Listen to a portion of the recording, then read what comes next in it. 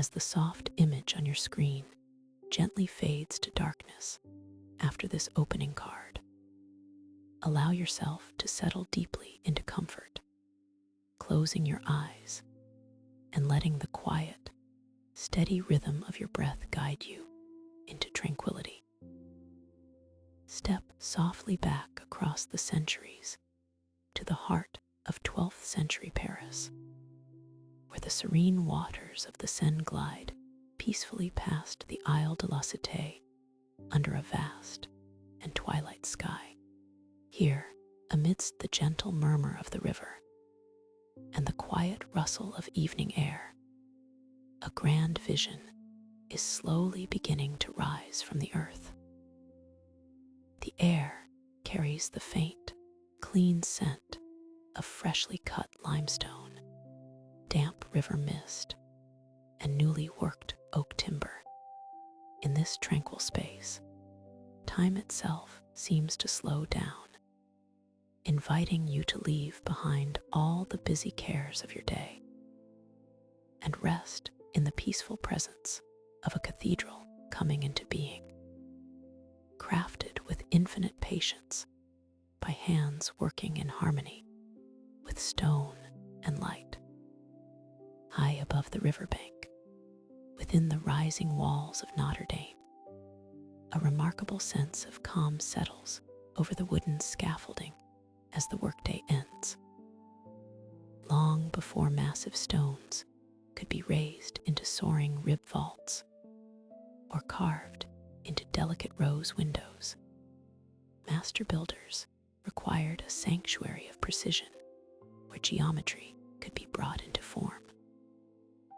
On the upper floors of the cathedral, high above the dust of the ground, they prepared expansive tracing floors to plan their architectural designs.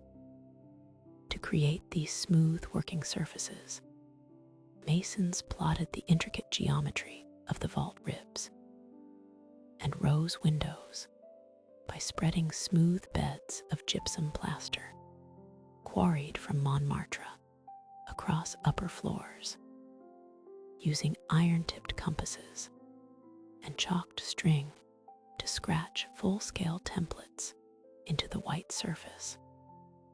In the pale light of the upper workshop, every sweeping arc of a vault and every balanced ray of a rose window emerged first as a delicate line incised into white plaster, ensuring that every stone carved below would fit with mathematical grace when raised high into the sky. These smooth plaster floors transformed the upper rooms into living drafting tables of immense scale, where geometry was drawn at a full 1-to-1 ratio directly onto the building itself. The fine gypsum from Montmartre provided a pale, velvety bed that caught the soft ambient light, allowing masons to visualize complex three-dimensional curves long before chisels touched heavy stone. As chalked strings snapped crisp lines across the white floor and iron-tipped compasses scribed precise circles, master builders walked carefully across the full-sized blueprints, verifying every joint, radius, and intersection with calm assurance. As night drifts softly across Paris, the instruments are laid down, and the white plaster beds rest undisturbed beneath the gathering stars.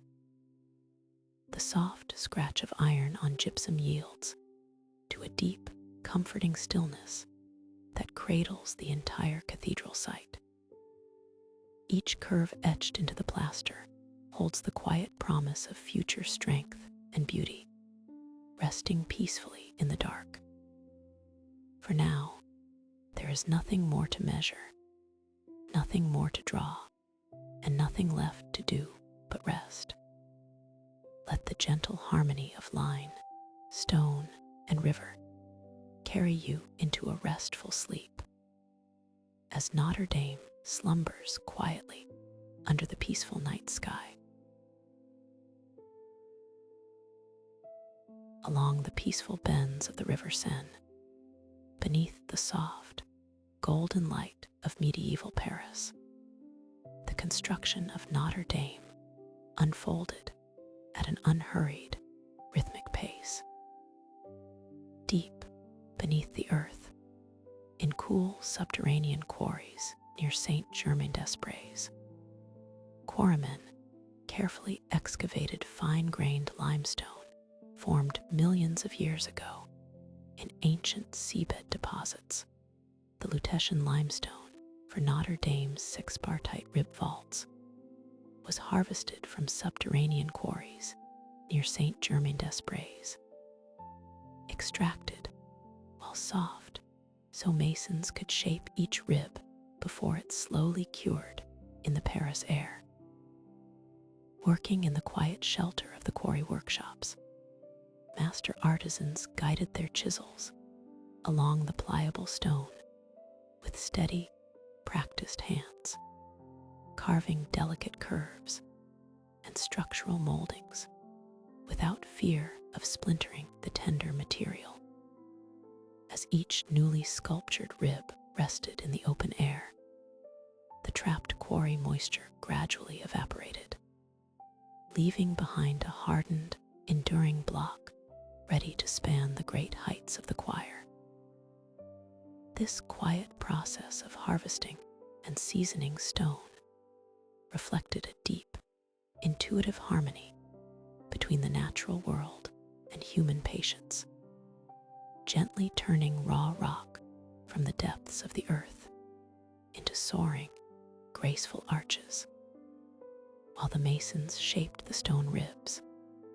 Another essential and meditative craft unfolded along the river's edge, where builders prepared the mortar to bind the soaring cathedral together.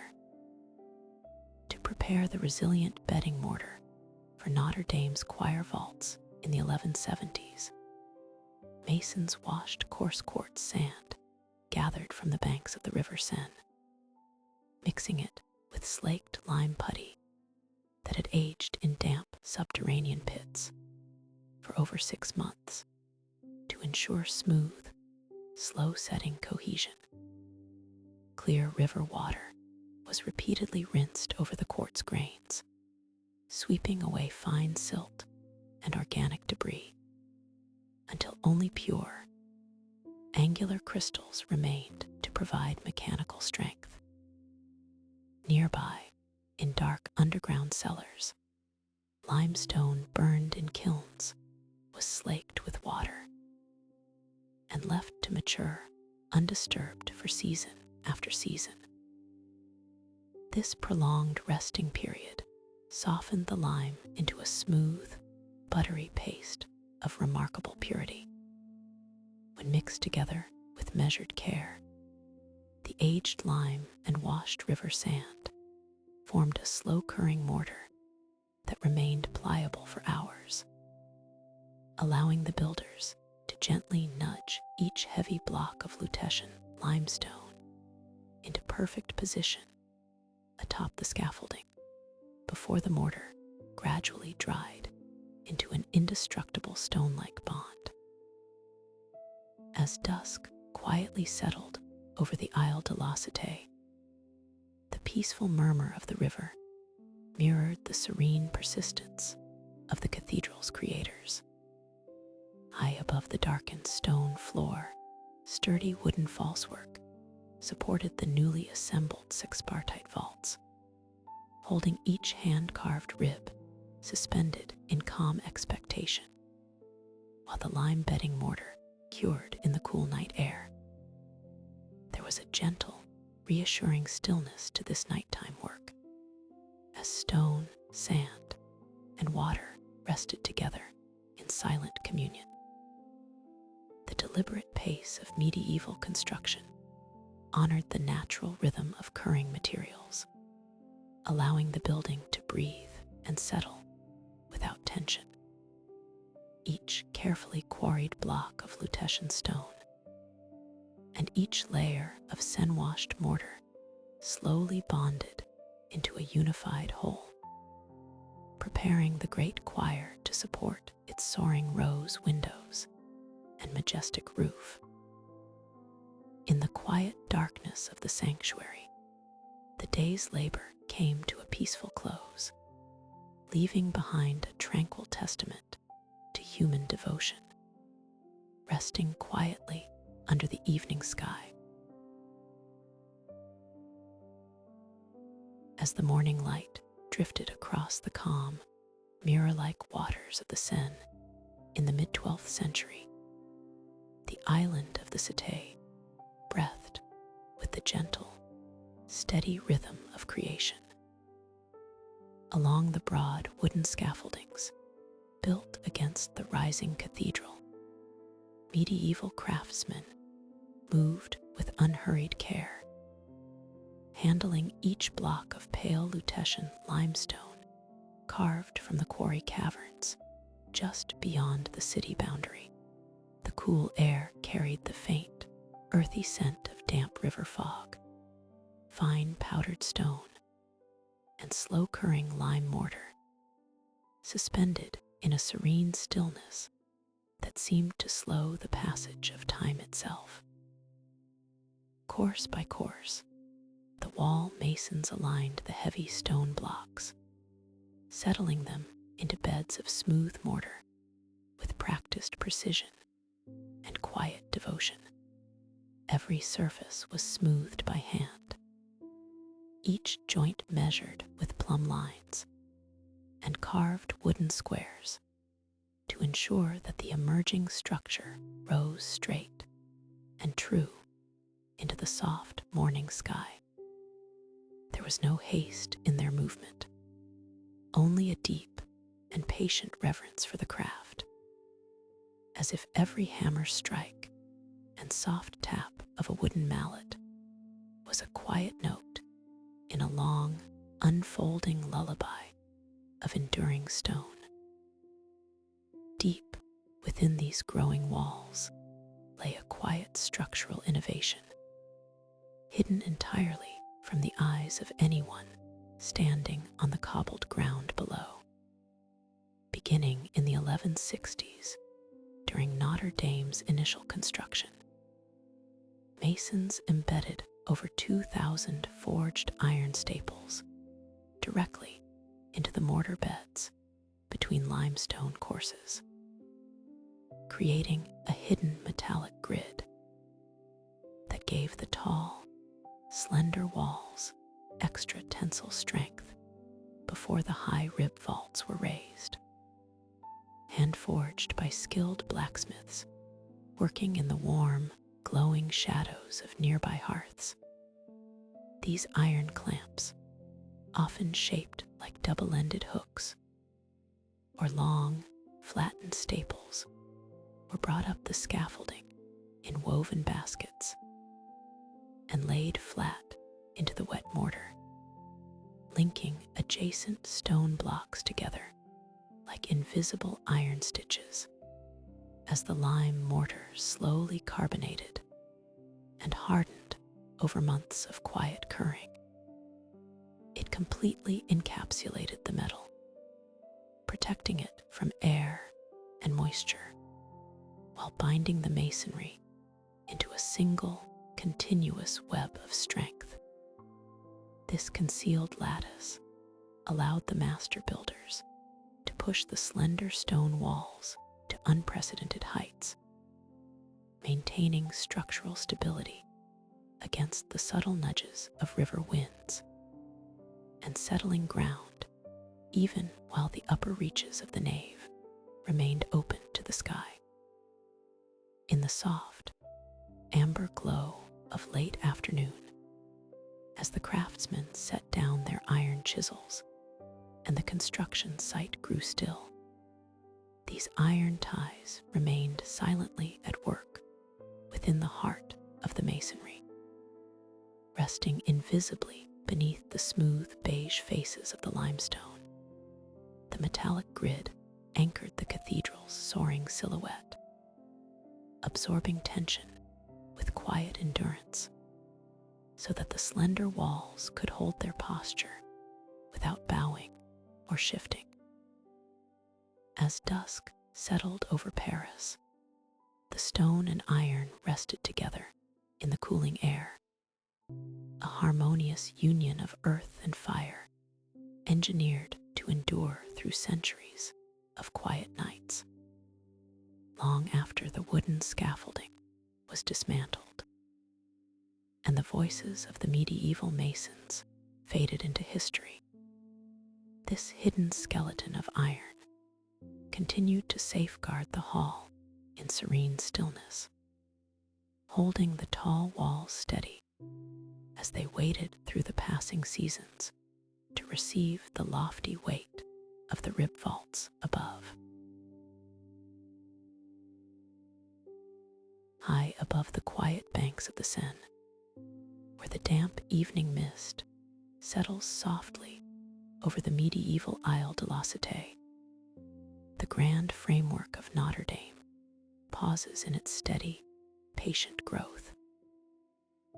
In the gathering dusk, the dust of ground stone drifts slowly through the twilight shafts of fading sunlight, landing gently upon wooden scaffolding and hand-carved ashlar blocks resting in the shadows. The air inside the rising choir carries a cool, earthy scent of damp mortar, oak sawdust, and fresh river clay, creating a tranquil sanctuary detached from the rustling city beyond.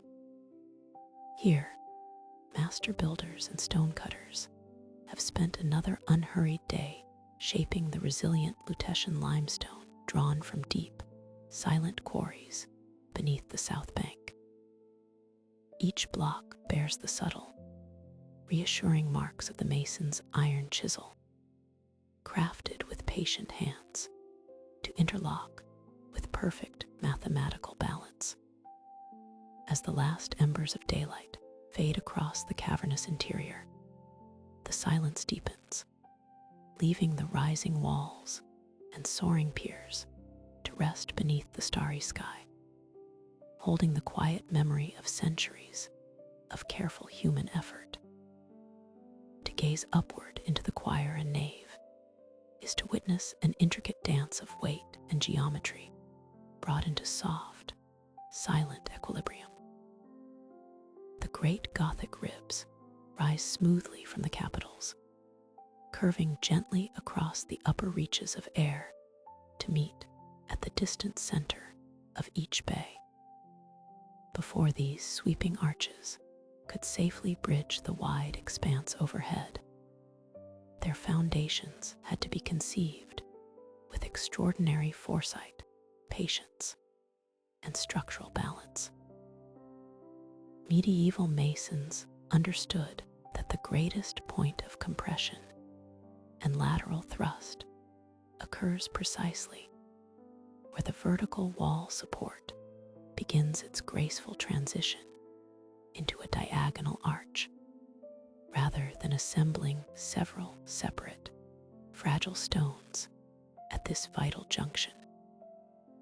The craftspeople relied upon a remarkably ingenious method of heavy masonry. At the springing line of each vault, stonecutters carved the lowest segments of up to 5 converging ribs out of a single block of dense limestone, a technique known as asterisk task to charge, so the heavy arches rested securely together while their mortar dried.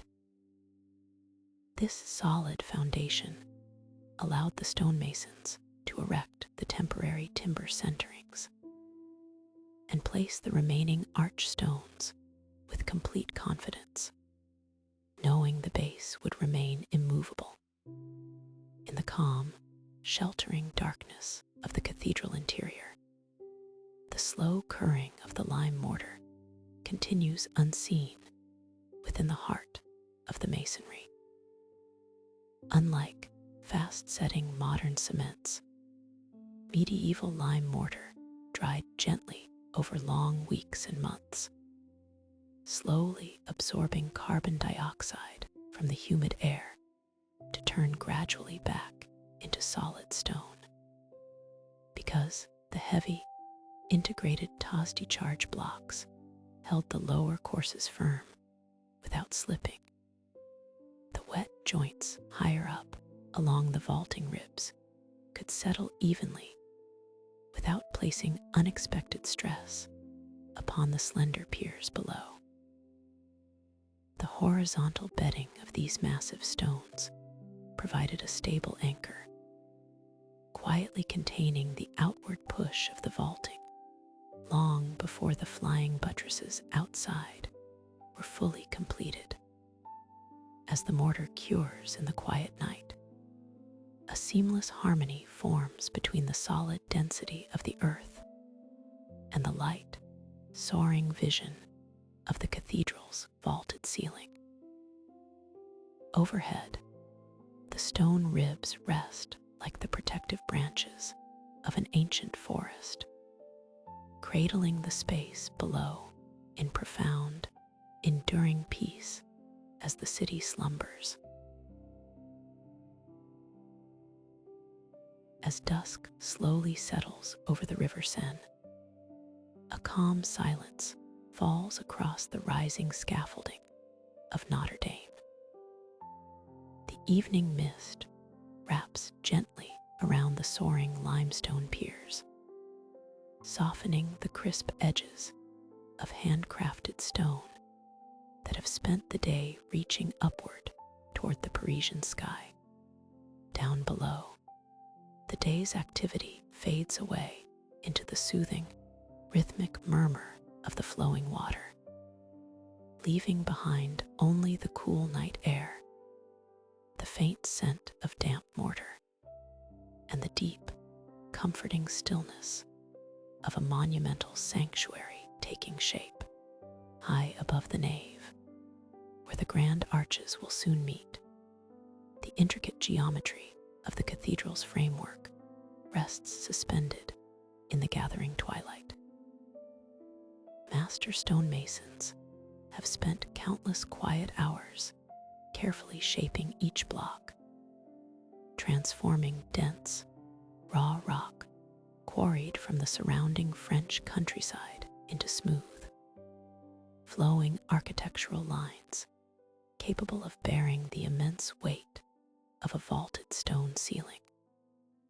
These soaring rib vaults, designed to channel colossal structural forces gracefully down toward the earth, concentrate an extraordinary amount of downward pressure onto very specific locations along the top of each pier capital.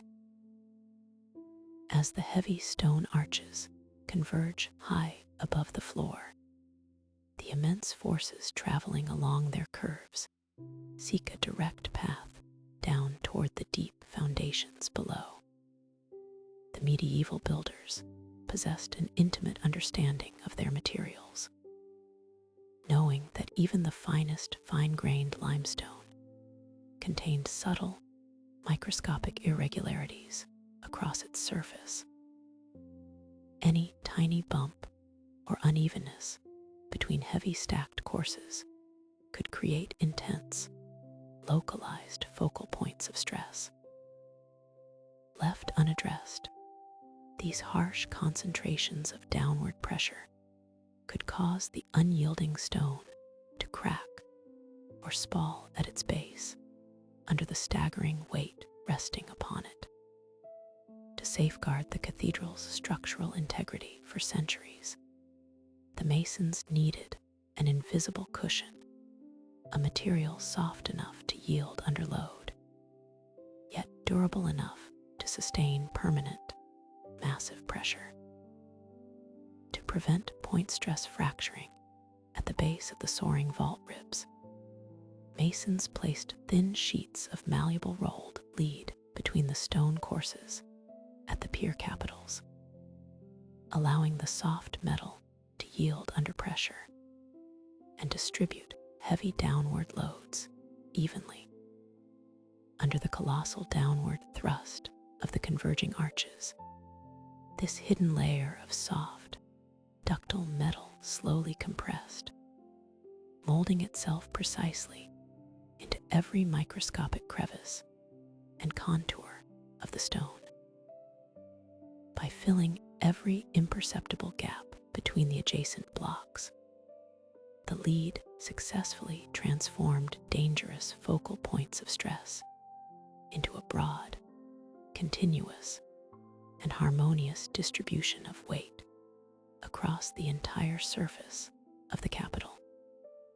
It was a remarkably peaceful engineering achievement, relying not on stubborn, rigid resistance, but on gentle compliance to protect the magnificent limestone from its own internal tension. Now, encased deep within the heart of the masonry, those thin sheets of lead quietly perform their steady, silent work beneath the sleeping cathedral. High above, the soaring vault ribs hold their breath against the cool night air, resting securely upon capitals that have settled into complete and permanent equilibrium. The surrounding stone feels completely stable and motionless, bound together by the quiet wisdom of medieval craftsmen who understood how to balance gravity with patience. As moonlight spills across the tranquil waters of the Seine and stars begin to glow softly above Paris, the great structure slumbers in complete peace, secure, balanced, and eternally still. As evening settles softly over the Isle de la Cité, and the gentle waters of the Seine reflect the dimming sky, the high interior of Notre-Dame rests in deep, peaceful shadow. Within this sacred space, the monumental effort of medieval artisans unfolds not with noise, but with a quiet, deliberate rhythm. High above the stone floor, the vast central nave stretches toward its eventual canopy, a realm governed by delicate balance and soaring geometric proportions to hold the stone voussoirs of the 33-meter-high nave vaults in midair during assembly. Carpenters built temporary wooden cradles called centering, hand-hewn from unseasoned forest oak that slowly dried and released the faint scent of damp timber into the cathedral. Raised high into the upper reaches of the nave on massive wooden scaffolding, these robust timber forms provided an exact curvature upon which every single block could rest. Each carefully carved piece of oak brought the living memory of dense French woodlands into the rising stone sanctuary. As weeks turned into months, the green timber cured in the sheltered atmosphere of the nave, its gentle moisture evaporating into the still air, while stone cutters fitted the final blocks overhead. In the quiet dimness of late afternoon, the sweet, earthy aroma of fresh wood mingled harmoniously with the cool scent of carved limestone, forming a serene backdrop for the work taking place beneath the high windows. Moving further along the cathedral's length toward the transept, master builders faced another profound architectural challenge: preserving the structural integrity of the soaring walls without burdening the light-filled interior with heavy masonry supports. During construction of the transept rib vaults around 1220, masons embedded continuous iron tie bars behind the triforium wall arcades, creating an invisible perimeter ring that absorbed the outward lateral thrust of the upper stone arches. Forged in local blacksmith shops and carefully set into channels within the stonework, these long iron bars formed a hidden skeleton of resilience concealed behind the refined arcades of the middle story. As the upper stone arches exerted their continuous outward pressure, this concealed ring of iron quietly contained the lateral forces, redistributing the heavy load along the perimeter of the building. The result was a remarkable synthesis of engineering and artistry, allowing the transept walls to rise with unprecedented lightness and grace.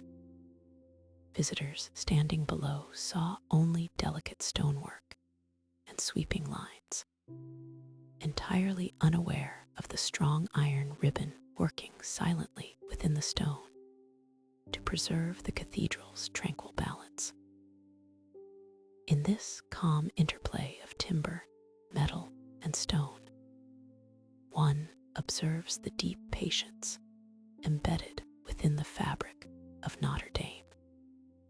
Every material had its distinct role to play in the quiet assembly of the cathedral, some temporary, like the drying oak cradles that held the high vaults before gently relinquishing their burden, and others permanent, like the hidden iron tie bars that continue to safeguard the transept through centuries of weather and time.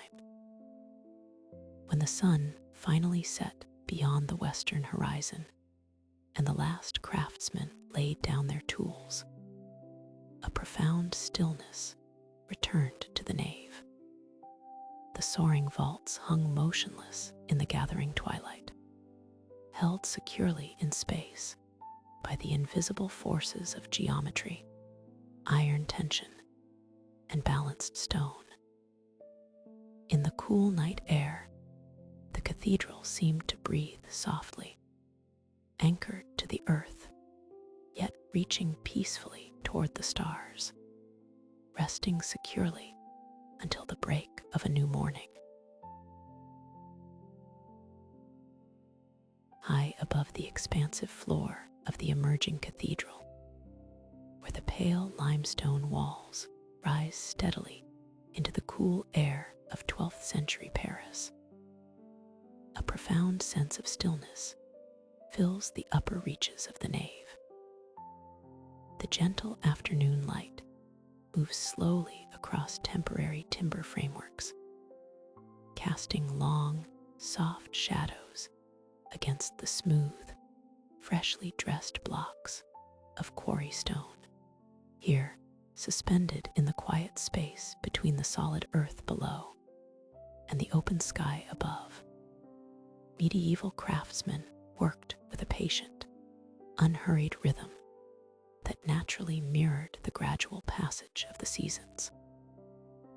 There was never any haste in their daily movements.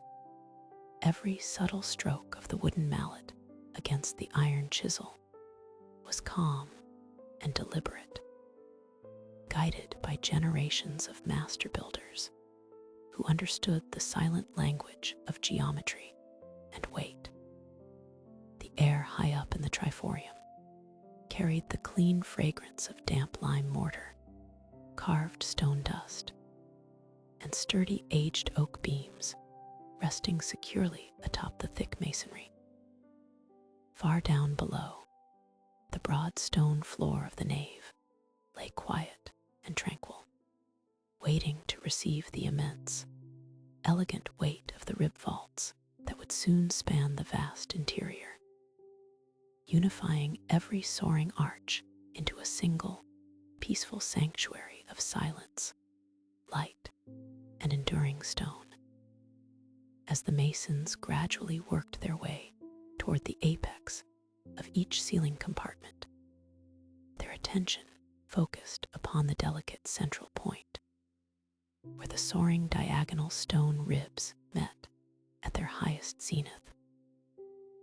At the central intersection of several vault bays, stonecutters carved a hollow ring-shaped keystone boss with an open oculus, enabling master builders to lower weighted hemp plumb lines straight down to the nave floor to verify the geometric alignment of the pillars below.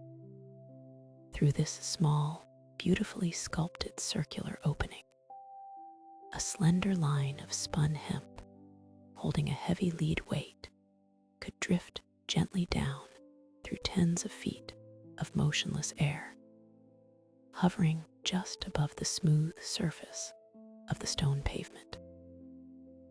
The master builder would stand quietly in the nave, watching the subtle sway of the plumb bob as it gradually settled into absolute stillness against the carved floor markings.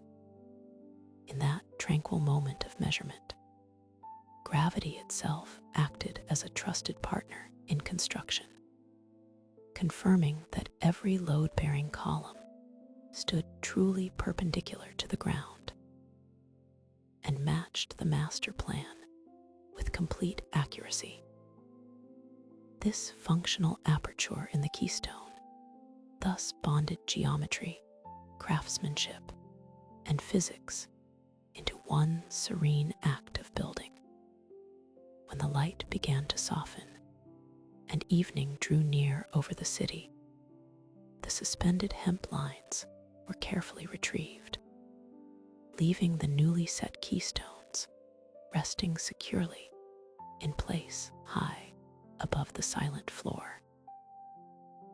The subtle vertical alignment between the ceiling oculus and the floor below remained as an invisible thread of harmony, holding the vast stone canopy in perfect equilibrium. Outside the cathedral walls, the waters of the Seine River flowed quietly past the Isle de la Cité, reflecting the calm amber hues of twilight as night settled over France.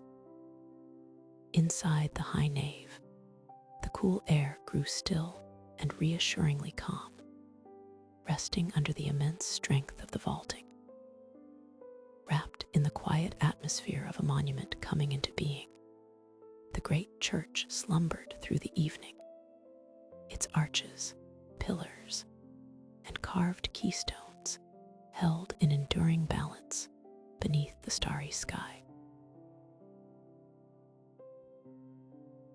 High above the rising stone walls of Notre-Dame, where the soaring limestone ribs converge in silent anticipation of their crowns, the upper reaches of the cathedral breathe with a steady, tranquil rhythm. The intricate wooden scaffolding, carefully fashioned from sturdy forest oak logs, lashed together with thick natural cordage, cradles the loftiest levels of the nave like a protective timber web. Up in these quiet shadows, master stonemasons, carpenters, and guild apprentices carry out their daily tasks with calm focus, working far above the soft, distant murmur of medieval Paris along the Seine below. The air at this breathtaking elevation is fresh and cool, carrying the subtle, grounded aromas of shaved oak, damp lime mortar, and fine limestone dust resting quietly on the timber planks. As the late afternoon light gradually begins to soften, casting long silver beams across the open triforium arches, the immense scale of the building feels entirely peaceful and deliberate, with every heavy beam, wooden pulley, and carefully dressed ashlar block sitting in perfect, harmonious balance. Within the open center of each high vaulting bay, where the diagonal stone ribs gather in the sky, a final, essential gap remains open until its central keystone is brought carefully home. To to hoist the carved central keystones 33 meters to the crown of each vault bay.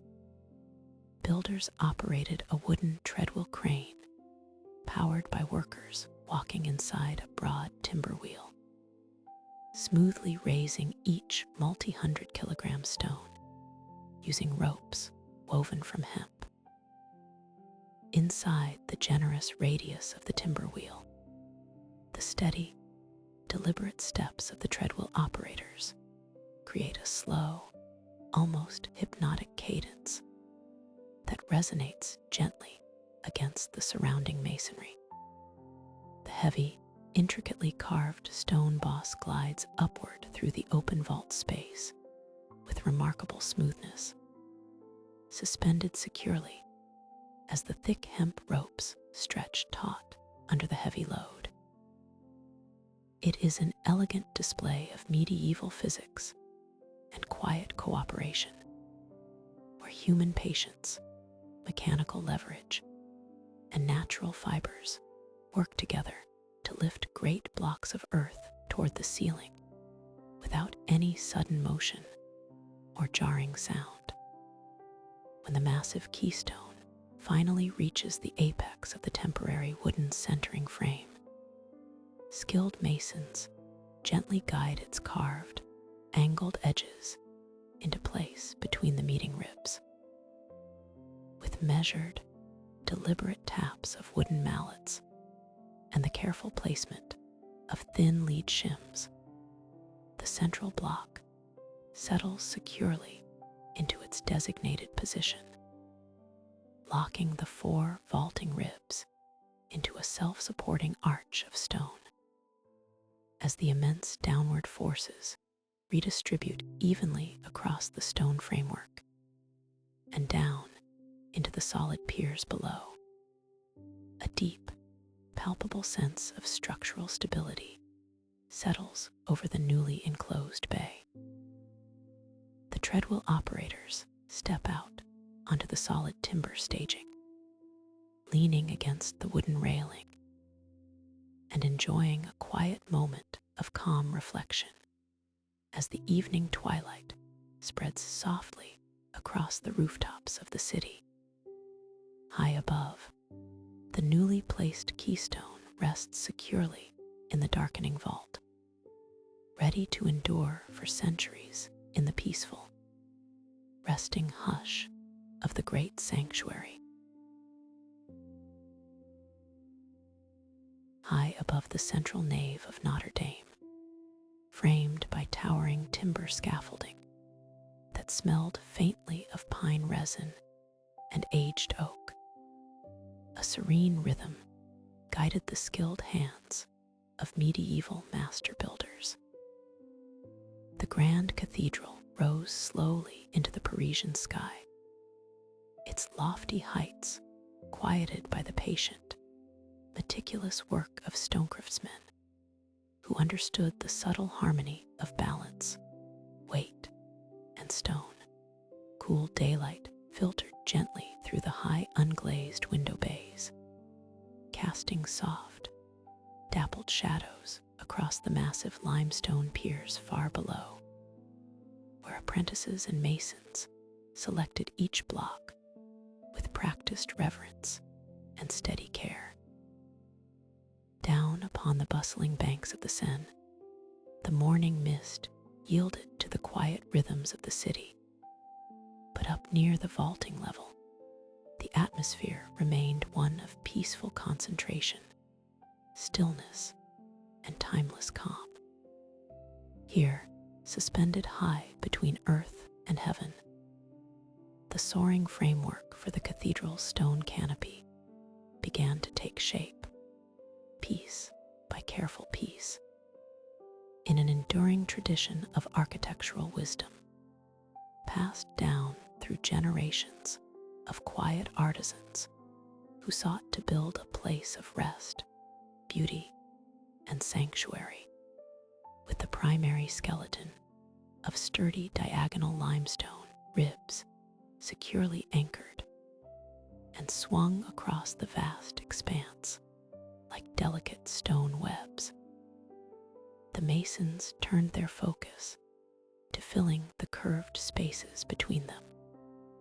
Between the soaring limestone ribs, masons filled the ceiling webs by laying lightweight chalk stones in thin, concentric arcs called asterisk voutings, setting each course into a quick-drying gypsum mortar so the light canopy could support itself row by row. This thoughtful, self-supporting technique allowed the stone ceiling to take form gracefully and efficiently without placing excessive strain or weight on the temporary wooden centering frames below. Each block of soft chalk was carefully shaped, measured, and nestled into place with a light tap of a wooden mallet, locking tightly against its neighbors as the quick-setting binder bonded the course together. As arc after arc settled into perfect alignment, the ceiling smoothed into a unified, protective shell, floating with remarkable lightness and tranquil grace above the expansive, silent interior of the nave.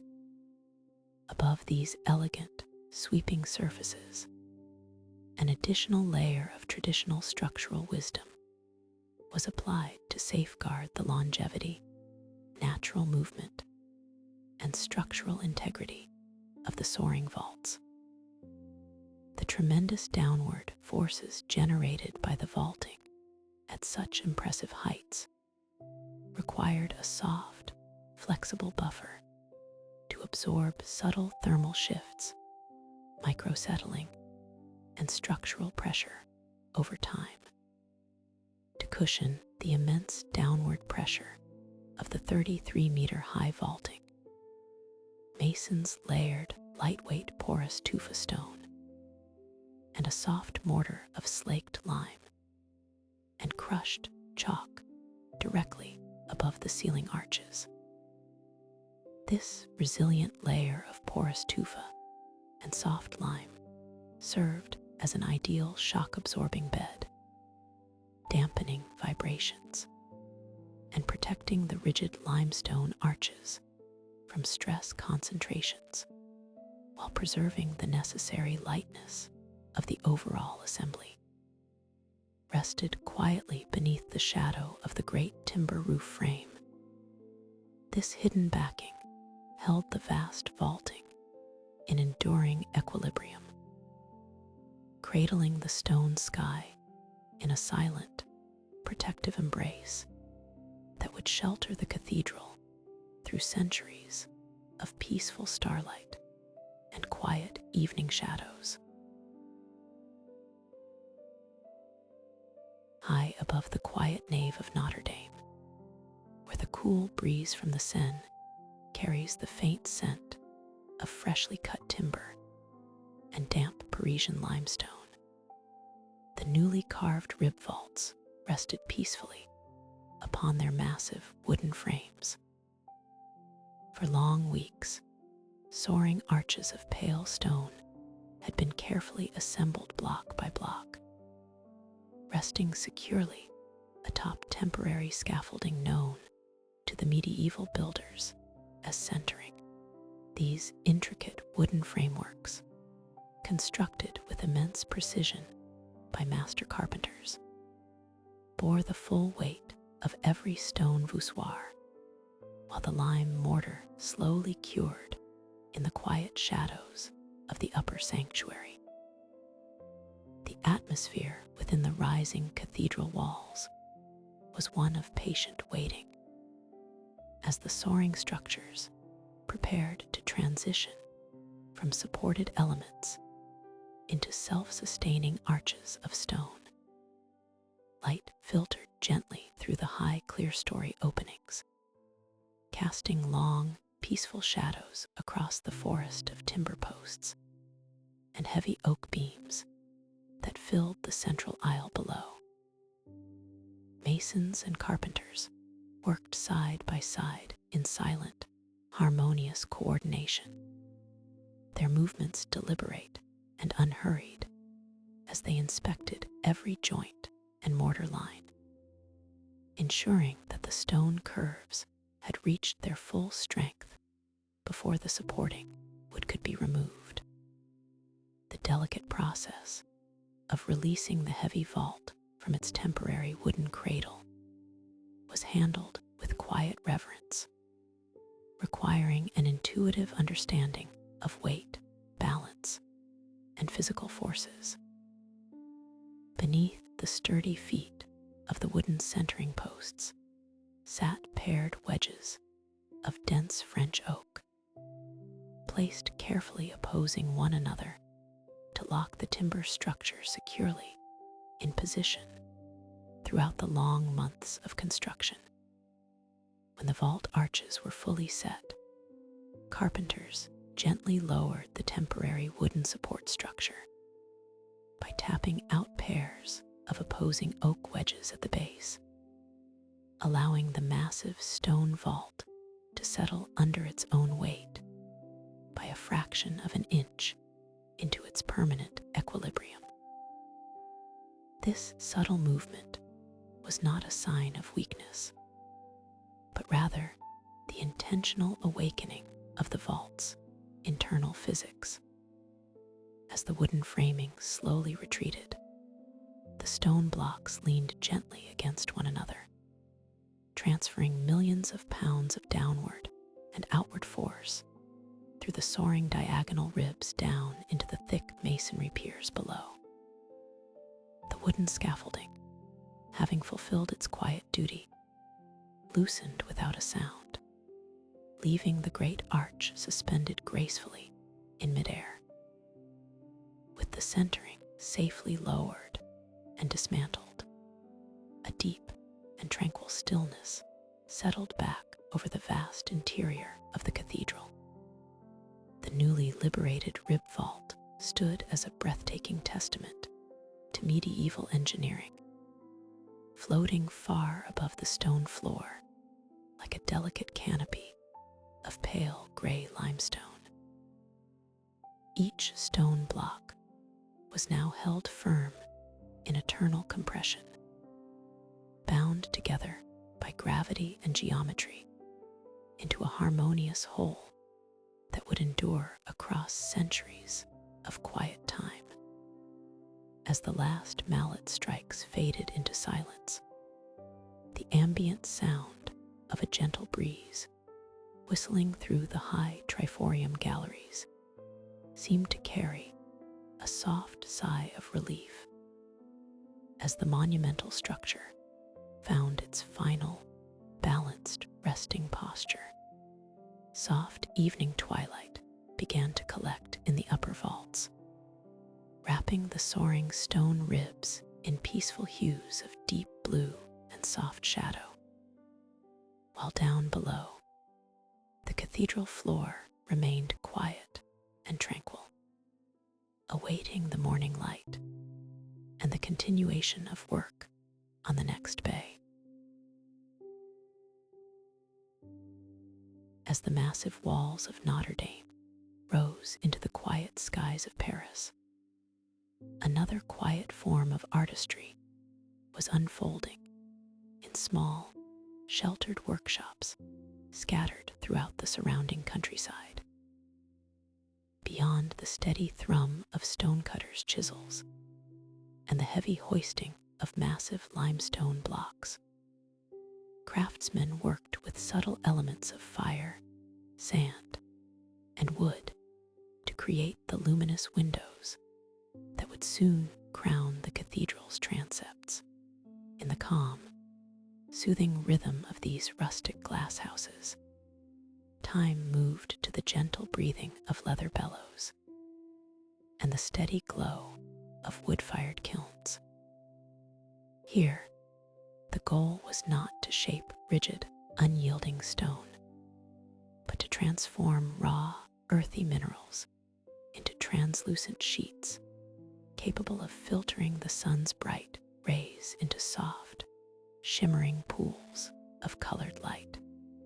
The artisans gathered fine quartz sand from nearby riverbanks, knowing that within those humble, pale grains lay the potential for brilliant, glowing clarity. Yet turning raw silica into workable liquid glass required intense heat and patient skill. As pure quartz melts only under temperatures far higher than a simple medieval wood fire could easily sustain. To overcome this challenge, the glassmakers turned to the rich, natural resources of the surrounding woodlands, blending traditional knowledge with a deep understanding of elemental chemistry. To lower the melting point of quartz sand in their furnaces, medieval glassmakers mixed molten silica with potash derived from the ashes of burnt beech trees harvested from the forests of the Ile de France, producing a smooth, slow-flowing glass. This crucial, time-honored addition of plant ash allowed the silica to soften at much more manageable temperatures, turning the grainy mixture into a thick, glowing liquid with the consistency of warm honey. As the furnace radiated a soft, amber warmth through the quiet workshop, long iron blowpipes were dipped into the crucible to gather small gathers of glowing material from the heat.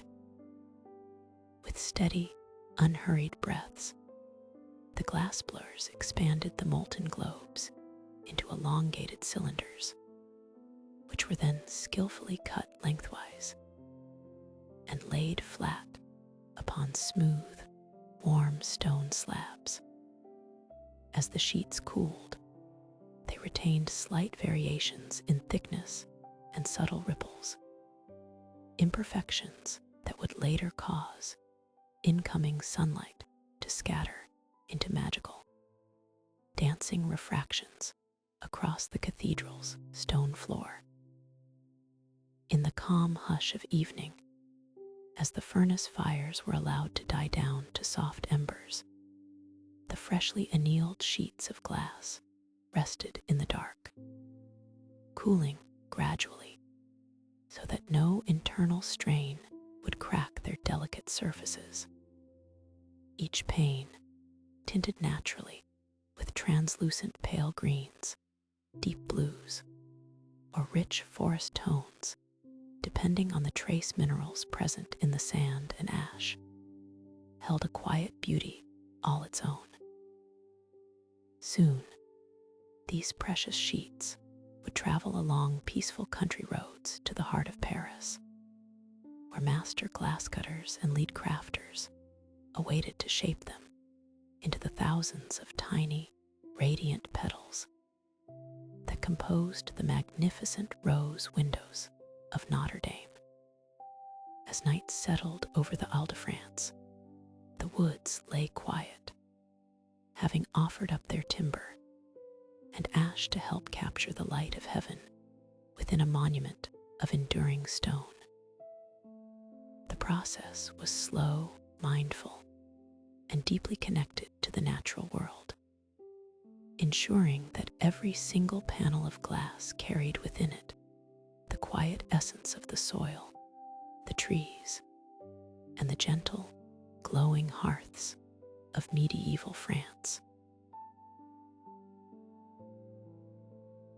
As dusk settled quietly over medieval Paris, the workshops near the banks of the Seine glowed with a warm, steady light.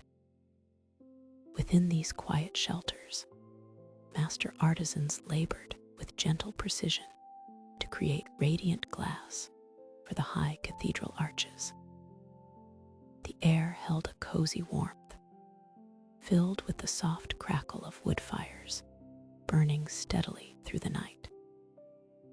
Here, shaping glass was a slow, hypnotic ritual passed down through generations of patient craftsmen, gathering a glowing mass of honey-colored material.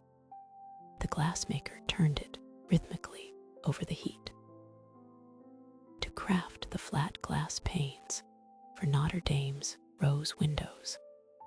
13th century glassmakers spun molten glass globes on iron pontil rods inside wood-fired furnaces until centrifugal force flattened them into thin discs, leaving a smooth circular center called a budding asterisk.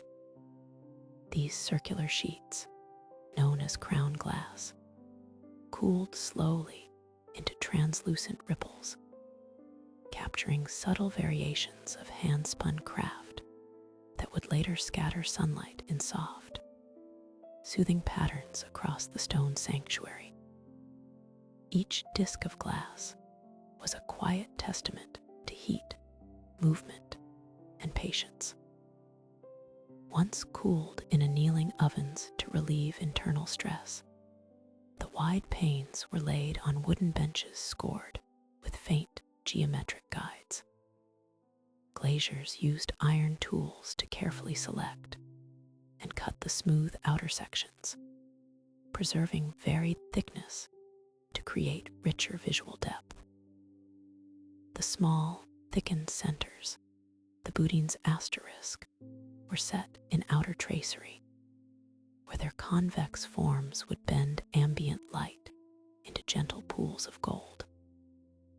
In the stillness of the atelier, surrounded by stacks of lead cames and fine pine charcoal dust, every motion was deliberate and unhurried.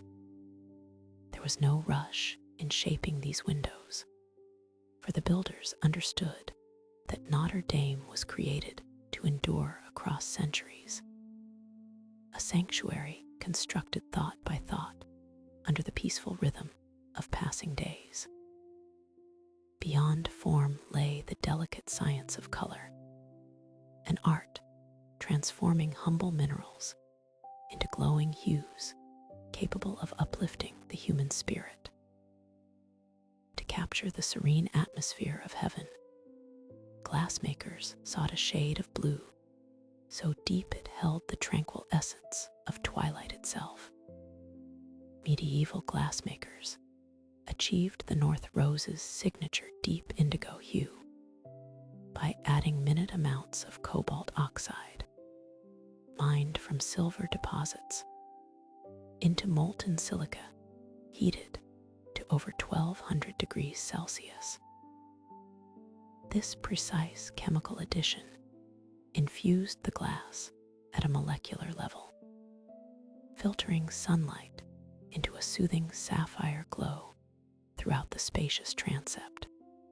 As the molten liquid settled into its final form, the deep indigo tint remained vibrant and pure, ready to endure through centuries of quiet weather. When fitted into the stone wheel of the North Rose, these glass segments transformed raw outdoor light into a sanctuary of peaceful reflection. Visitors walking down the quiet aisle below could look up to see the cathedral interior bathed in a cool, calming sapphire twilight, even during the brightness of noon. The gentle interplay of deep indigo, soft ruby, and clear golden glass created an atmosphere of profound quietude, encouraging restful thoughts and soothing contemplation.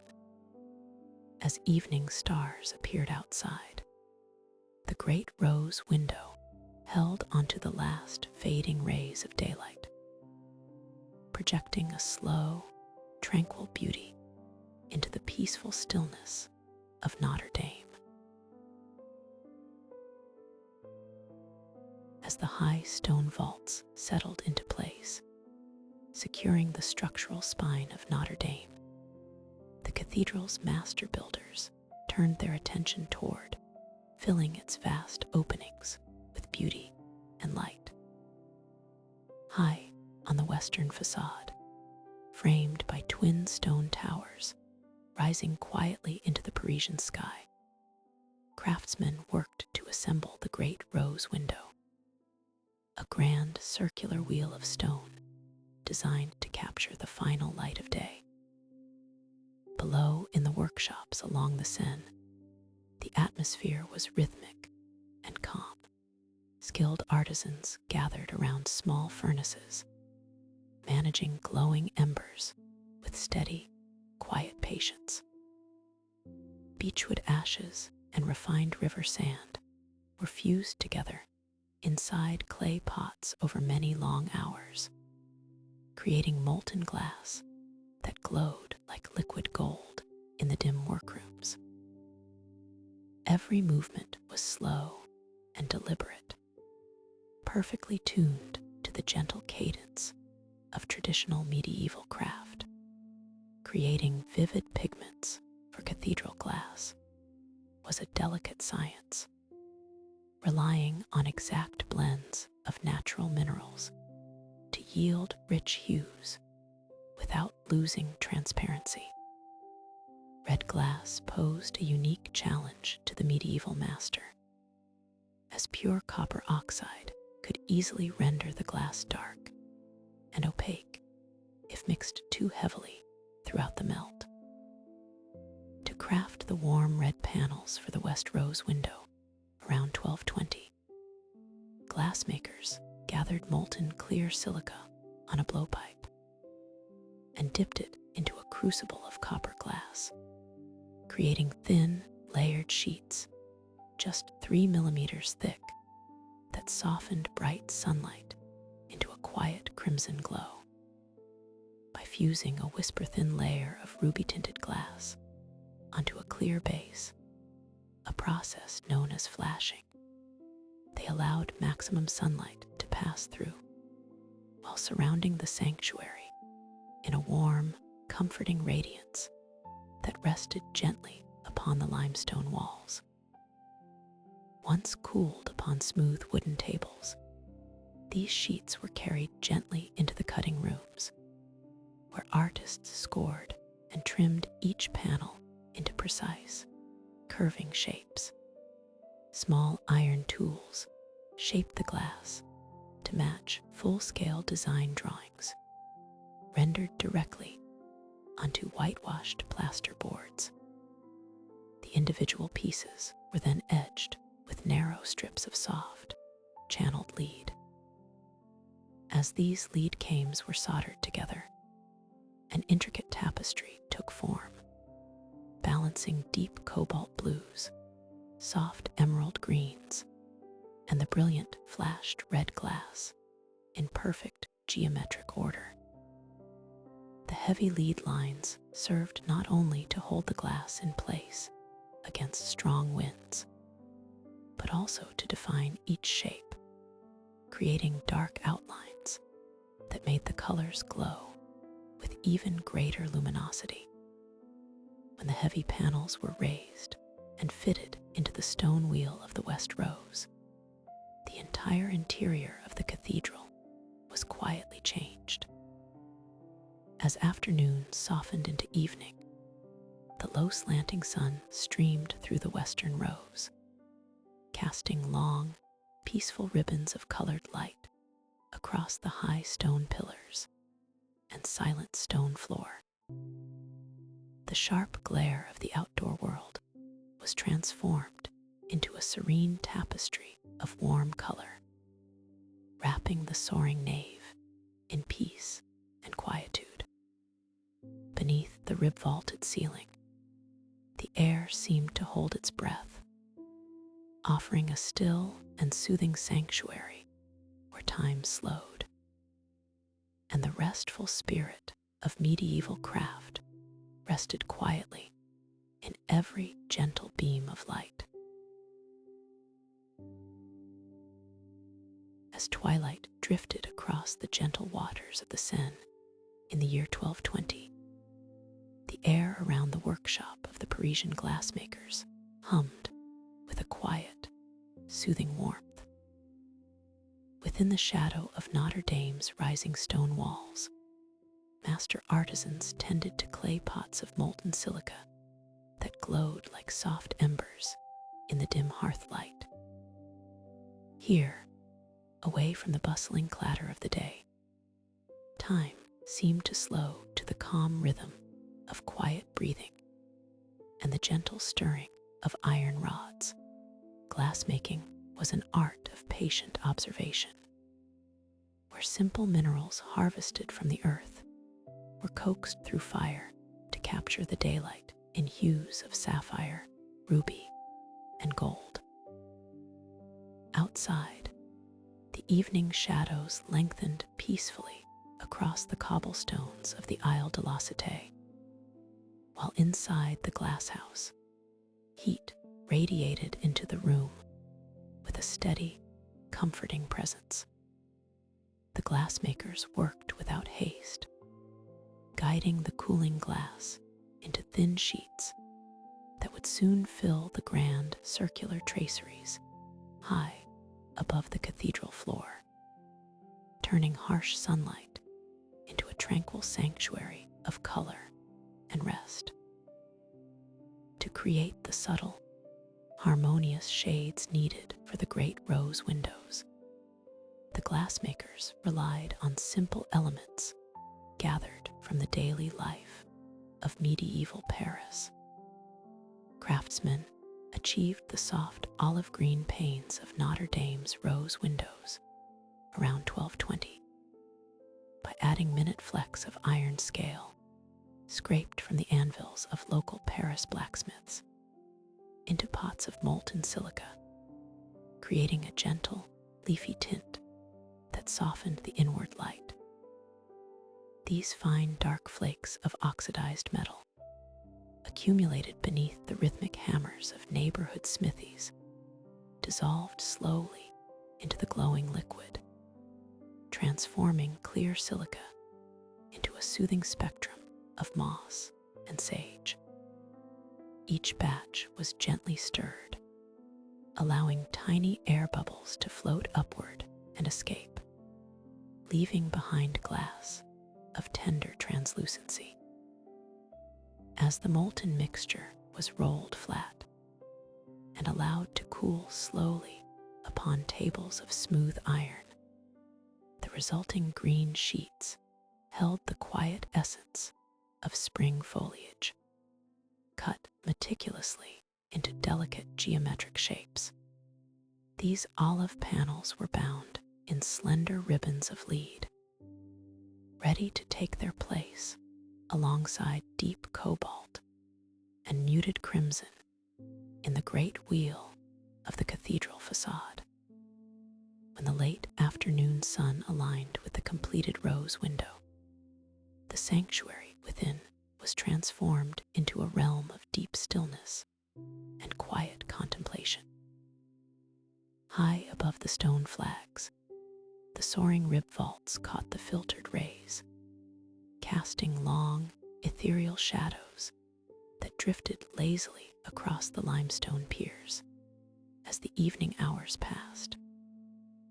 The leafy green panes tempered the bright glare of the sky, casting a cool, forest-like glow across the ancient choir and nave. Below, the quiet air carried the faint, reassuring sense of seasoned timber, stone dust, and beeswax candles left to burn low in their holders. Standing beneath the vast web of stone ribs and glowing glass, one could feel the monumental architecture breathing softly in tune with the resting city around it. The delicate balance between heavy masonry and weightless illumination brought a profound sense of peace to all who gathered within its embrace. As night gradually settled over the sleeping city of Paris, the glass faded from brilliant emerald to a soft twilight gray, wrapping Notre-Dame in serene silence until the peaceful return of morning light. As twilight slowly gathers over the Seine, soft evening shadows drift across the stone workshops clustered near Notre-Dame. Within these peaceful sanctuaries of medieval craft, the air carries carries the subtle scent of oak wood smoke, warm ash, and melted river sand. Here, artisan glassmakers work with rhythmic grace, guiding fire and mineral to create radiant windows for the rising cathedral. The furnace glows with a gentle, steady heat, illuminating iron blowpipes and long rows of clay crucibles resting quietly in the embers. Outside, Paris relaxes into the calm of night, while inside, every movement remains patient and deliberate. Master craftsmen carefully tend the molten silica, watching as the glowing heat softens and shifts, preparing to capture and transform the day's light into something tranquil, permanent, and serene. Time seems to slow to the glassblower's steady breath and the soft, reassuring crackle of burning logs in the dark, creating the colors of medieval stained glass, required an intimate understanding of natural minerals gathered from surrounding valleys and hillsides. Cobalt yielded deep blues mimicking the night sky, while iron produced rich forest greens and warm ambers that echoed autumn leaves. Yet among all the hues crafted for the great rose windows, none required greater delicacy than translucent violet. This subtle shade was reserved for special panels within the circular stone tracery, intended to filter daylight into a quiet, soothing glow upon the limestone floor below. The glassmakers understood that light within the cathedral was not merely illumination, but a calming presence meant to lift the spirit into peaceful reflection. Fashioning such glass demanded extraordinary patience, as even subtle shifts in temperature or airflow could alter the fragile harmony of the tint. Artisans moved with calm focus around the hearth, observing the molten liquid as it cooled from fiery orange to a pale, ethereal purple. To achieve the rare, subtle violet glass panes within Notre-Dame's rose windows, medieval glassmakers added small traces of pyrolusite, a natural manganese dioxide ore, into molten glass crucibles, carefully controlling furnace ventilation to settle the soft purple tint. By adjusting small iron vents along the furnace base, the glassmakers subtly regulated airflow, allowing oxygen to interact with the mineral ore in precise measure. If air moved too quickly, the color faded entirely into clarity. If draft was restricted, the glass darkened into an earthy brown. Through hours of quiet vigilance, craftsmen maintained this delicate balance, watching the liquid accept the manganese and settle into a serene lavender. Once cooled upon iron tables and flattened, each sheet was inspected under morning light, revealing a soft, luminous depth. When set within the delicate stone frames of Notre-Dame's rose windows, these violet panes work in gentle harmony with surrounding reds, blues, and golds. As evening light drifts through the high vaulting, the window transforms the sanctuary into a haven of restful beauty, casting soft pools of color across stone pillars and quiet aisles. The purple tones soften transitions between bright hues, wrapping the nave in a continuous, soothing aura. Standing in the quiet space, one senses the peaceful dedication of craftsmen who mixed the mineral ore, tended the hearth fires, and shaped each pane with patient care. As daylight fades, the colors gently dim, inviting deep silence to settle over Notre-Dame and bringing quiet repose to all who rest beneath its shelter. As twilight settles quietly over the Isle de la Cité, the artisans within the cathedral workshops work with a deliberate and restful rhythm. In the soft glow of the hearth, master glassmakers turn their attention to the delicate pieces that will soon compose the intricate tracery of Notre-Dame's rose windows to shape individual colored glass panes for Notre-Dame's rose windows. Medieval glaziers touched a red-hot iron tip called asterisk for a cooper along a damp line on the glass disc, causing a controlled heat crack before nibbling the fine curve with a notched iron grozing tool. Each subtle movement is patient and hushed, guided by years of quiet practice and deep familiarity with the medium. The sharp snap of glass yielding along the thermal fracture carries no harshness into the evening air, but rather the satisfying precision of a craft finely tailored to the capture of light. Small flakes of glass fall silently away under the steady grip of the grozing iron, gradually smoothing each petal and leaf until it fits seamlessly into its stone frame.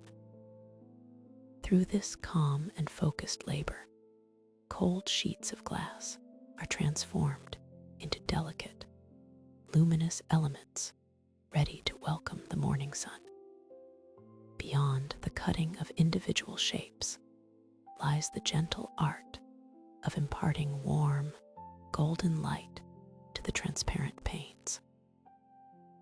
Around the turn of the 14th century, a subtle innovation brought a fresh radiance to the cathedral's lofty windows, bathing the stone interior in a sunny warmth, even on overcast days. Glassmakers created the soft golden tones in Notre-Dame's stained glass around 1310 by brushing a liquid silver stain crafted from ground silver nitrate and ochre clay onto clear glass, then baking it at 600 degrees Celsius, so the silver ions migrated directly into the silica matrix. Deep inside the kilns, as the temperature rose to a steady, comforting glow, this unseen chemical transformation unfolded slowly and peacefully. The silver did not merely rest upon the surface as paint might. Instead, it fused deeply into the very molecular structure of the glass itself, becoming an enduring part of its inner clarity. When cooled, the treated glass revealed delicate shades ranging from pale straw yellow to rich honeyed amber, perfectly suited to gather the softest rays of daylight and diffuse them into a tranquil indoor atmosphere. When these freshly shaped and tinted panes are at last lifted into place within the massive circular stone frameworks high above the choir, they form a harmonious mosaic of light, shadow, and silent devotion. The quiet dedication of the medieval glaziers, working steadily by firelight and daylight alike, creates an enduring sanctuary of peace beneath the soaring rib vaulting of the nave. As natural light filters through the rose window, the silver-stained golden hues blend effortlessly with deep cobalt blues and crimson reds, casting soft, drifting pools of color across the worn limestone floor below. There is a profound, restful stillness in observing the slow movement of light across the historic stone surfaces, tracking the sun as it travels silently across the Parisian sky. The cathedral seems to breathe in this gentle illumination, standing as a quiet testament to the peaceful union of fire, earth, metal, and patient human craftsmanship working in harmony through the passage of time. In the quiet hush of late afternoon, the glassmaker's workshop beside the rising cathedral rested in soft stillness, as artisans leaned over wide wooden benches strewn with glass, iron tools, and natural pigments. Outside, the calm waters of the Seine moved with a slow, soothing rhythm, reflecting the fading amber sky of medieval Paris. Within the workshop, daylight filtered softly through high arched windows, casting gentle shadows across sheets of newly blown glass, stained in subtle tones of cobalt, ruby, and deep emerald.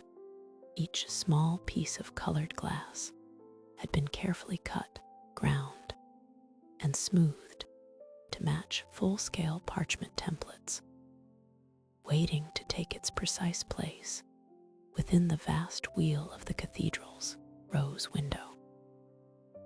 The air carried a peaceful warmth, fragrant with dried herbal binders, and the dry, earthy scent of crushed mineral powders waiting to be mixed into dark paint. Here, amidst the patient work of skilled hands and quiet focus, the grand visual harmonies of Notre-Dame were rendered in whisper-soft detail, line by single delicate line, to bring depth and expression to these vibrant glass shapes. Craftsmen spent long hours adding intricate surface details that would soften the light as it passed through the high stone framework. To paint fine botanical lines and shadows on the glass of the rose windows, medieval artisans applied grisaille, a pigment crafted from ground iron oxide, copper scale, and pulverized glass mixed with gum arabic, before heat fusing it onto each pane in wood-fired kilns. With light, deliberate strokes of slender brushes, they painted soft folds of drapery, gentle facial contours, and tender vine leaves, whose delicate veins would soon catch the morning sun. The dark grisaille enamel did not block the sunlight completely. Rather, it dissolved hard outlines into smooth, velvety gradations of tone, giving the figures a serene sense of life and quiet presence. Once the painting was complete, each small pane was gently lifted and placed upon a protective bed of ash inside the low brick furnace. As the wood fires burned with a steady, low hum, the heat bound the glass powder in the enamel directly to the surface of the pane, permanently fixing every fine line against the gentle passage of centuries. As the fires gradually cooled and the kiln doors were drawn back, the transformed glass revealed its final, tranquil character, smooth to the touch, and darkened only where the artisan's brush had rested. Outside the workshop, as dusk slowly settled over the island, master glassfitters wrapped each cooled piece in soft wool, preparing them to be set into flexible lead cames. and raised into the great circular stone frames high above the cathedral floor. When bathed in the shifting daylight of the seasons, these painted panels would transform raw sunlight into a muted tapestry of color, drifting softly across the rib vaults and limestone pillars below. The delicate dark brushwork of the grisaille stood in quiet balance with the vivid blue and red glass, guiding the eye gently through the geometric harmonies of the rose window. In the quiet gloom of the nave, the low light passing through these windows created an atmosphere of stillness, inviting all who stepped inside to rest beneath a soothing canopy of muted color and eternal calm. In the quiet workshops nestled along the banks of the Seine, where the evening shadow of Notre-Dame stretched long and soft across the cobblestones, medieval master glassmakers labored with a calm and deliberate rhythm. Inside the timber-framed ateliers, the intense glow of wood-fueled furnaces illuminated the faces of artisans who understood the subtle, elemental alchemy of fire, sand, and mineral oxides. Cobalt produced deep, meditative blues. Copper yielded rich and radiant reds, while iron brought forth soft golden yellows, all melting together into luminous liquid pools within clay pots. Each color held its own quiet character, waiting to be drawn forth on the end of an iron blowpipe. As night settled over Paris, the glassblowers worked in practiced harmony, gathering the molten glass, gently expanding it into glowing cylinders, slicing them lengthwise, and flattening them into vibrant, even sheets destined to capture the daylight within the cathedral's soaring rose windows.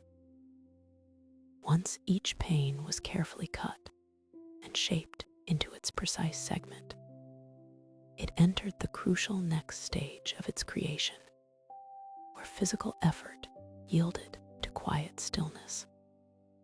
After shaping each pane of colored glass for the rose windows, medieval artisans placed the hot glass into a slow-cooling annealing kiln called an archi-asterisk, allowing it to cool over several days to relieve internal thermal tension and ensure lasting structural durability. Without this long, meditative cooling period, the internal stresses trapped within the rapidly shrinking molecular grid of the glass would render the panes brittle and fragile, prone to fracturing under subtle shifts in ambient temperature or wind pressure.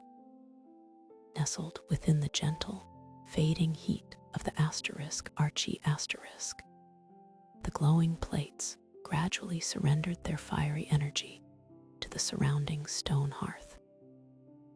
Day melted quietly into night, and night back into day, as the temperature lowered degree by degree in perfect equilibrium. This patient cooling reflected the broader rhythm of Notre-Dame's construction, where durability was prized far above speed, and every detail was crafted to endure across generations. As the glass settled into its final crystalline structure within the dark chamber of the kiln, the night air outside grew cool and still, carrying the gentle murmur of the river and the aroma of wood smoke across the Isle de la Cité. The master artisans waited without hurry, trusting in the slow, natural balance of thermal reduction. When the doors of the Archie asterisk were finally unsealed, the glass emerged cool to the touch, smooth, clear, and strong. Its rich, jewel-like pigments permanently preserved within its depth. Each cooled pane was then carefully trimmed, grooved, and bound in soft strips of lead cane, creating intricate mosaic panels that fit perfectly into the cathedral's monumental stone tracery. When elevated high above the nave floor, these hand-blown pieces formed the great wheel of the rose window, catching the changing arc of the sun throughout the seasons. The light filtering through the finished glass did not merely illuminate the sacred space. It softened the stone pillars, warmed the cool air of the sanctuary, and invited all who gathered below into a state of quiet contemplation and restful peace. As twilight deepens over the peaceful curves of the Seine, a quiet stillness settles across the grand elevation of Notre-Dame.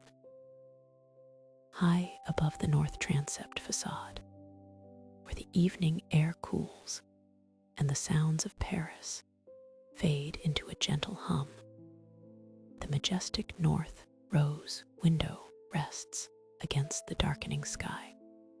Master builder Jean de Chelles designed the north rose window around 1250, with 84 glass panels encased in flexible lead cames, allowing the 12.9-meter stone wheel to expand gently with seasonal temperature shifts. This thoughtful harmony between metal, glass, and stone gave the immense rose a soft resilience, allowing the entire radial expanse to breathe as summer heat gave way to winter chill. Within each medallion, rich hues of cobalt, deep violet, and muted crimson catch the last traces of dusk, scattering a soothing, celestial glow across the silent nave below. The cathedral stands in serene balance, its vast architecture yielding effortlessly to the slow, natural cycles of the environment. Beyond the luminous glass, the intricate stone tracery holds its own history of patient mastery and quiet engineering.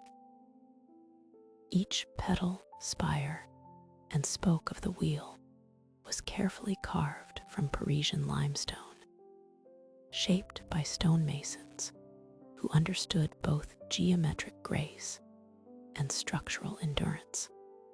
When assembling the delicate stone tracery for the north rose window around 1250, masons anchored adjacent limestone blocks together using internal iron dowels fixed with molten lead, creating hidden joints that absorbed river wind stress.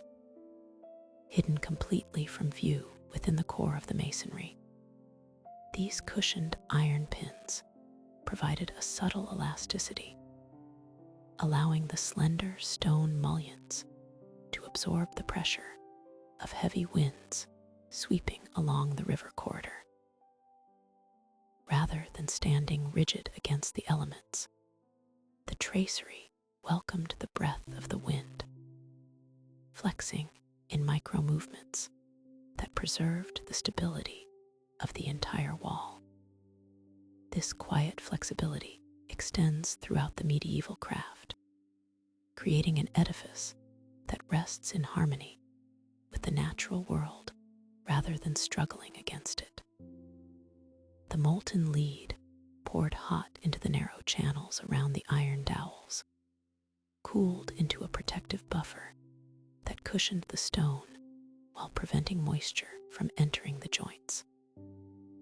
As night falls, the temperature of the air outside drops, yet the great rose window remains calm and secure in its frame. The lead cames framing the 84 glass panels continue their silent work, holding each hand-blown pane in a gentle, watertight embrace. Inside the cathedral, the light filtering through the stained glass softens into a deep indigo hue, painting the soaring piers and ribbed vaults in quiet, atmospheric shadows that invite stillness and rest. In the deepening darkness, the cathedral becomes a sanctuary of silence and enduring peace. All work on the scaffolding has long ceased, leaving only the sound of the wind softly brushing against the exterior buttresses. Protected by the invisible ingenuity of its master builders, Notre-Dame slumbers in majestic tranquility, its hidden iron dowels, lead cames, and limestone tracery keeping vigil through the night. The steady, ancient stone seems to cradle the quiet air of the sanctuary, shielding it from the restless energy of the outside world. Here, where art and engineering merge into a timeless lullaby, the mind is invited to slow down, rest, and drift peacefully into sleep under the watchful expanse of the North Rose. As twilight settles gently over the Isle de la Cité, the calm waters of the River Seine mirror the soft, fading hues of the evening sky. The ambient noise of the city fades into a gentle hush, carrying only the faintest whisper of an evening breeze through the quiet, surrounding streets of medieval Paris. Within the great sanctuary of Notre-Dame, the monumental stone arches reach upward into the shadowy heights, holding a vast, soothing quietness within their embrace. Here, where generations of dedicated craftsmanship converge in silence, the architecture achieves a remarkable balance between earthly weight and heavenly grace.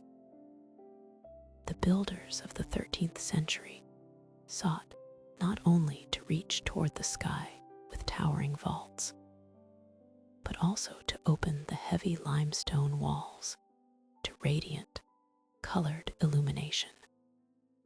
Among the master craftsmen who dedicated their lives to this enduring vision was Pierre de Montreuil, whose refined eye for geometry and structural equilibrium brought a breathtaking sense of airiness to the cathedral's southern facade. Under his expert guidance, the south transept was transformed into a celebration of light, culminating in a colossal circular rose window designed to capture the warm, golden rays of the afternoon sun as it glides slowly across the heavens. Standing before this monumental wheel of glass, one is struck by how weightlessly the intricate stonework seems to hover within its immense opening. Completed by Pierre de Montreuil in 1260, the south rose window relies on an internal network of forged iron tension rods embedded within its delicate stone tracery to quietly absorb wind pressure off the River Seine. Hidden deep within the masonry joints, these concealed iron bars, carefully forged by master blacksmiths and mortared into the slender stone mullions, function as a resilient, invisible skeleton supporting the vast expanse of leaded glass. As evening winds sweep along the river corridor, the iron tension rods silently receive and distribute the physical forces, allowing the thin, elegant stone petals to maintain their structural stability without appearing heavy or dense. It is a harmonious union of metal and stone, artfully hidden within the carved details, so that the viewer perceives only an intricate, blooming tapestry of colored glass. The river breeze glides softly across the outer wall, yet inside the cathedral, all remains still and protected, sheltered by this masterwork of medieval engineering, as the final embers of daylight filter through the thousands of hand-cut glass panels. Rich jewel tones of cobalt, ruby, and deep amber drift slowly across the ancient stone floor of the transept. The long shadows of the evening soften every corner of the sanctuary, wrapping the soaring nave in a quiet, comforting peace that invites rest and reflection. Every element of the great window, from the forged iron rods anchored within the masonry to the thinnest strips of lead wrapping each pane of glass, performs its silent, protective role in preserving this sacred space. The cathedral rests securely in the gathering dusk, grounded in the wisdom of its medieval makers, who knew how to transform rigid iron and heavy quarry stone into a light-filled refuge of lasting tranquility.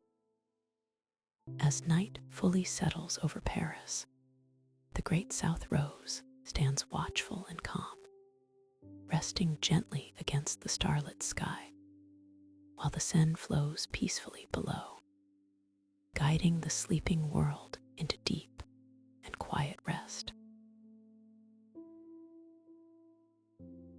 As dusk settles softly over the Isle de la Cité, the grand silhouette of Notre-Dame slows its pace against the fading twilight sky.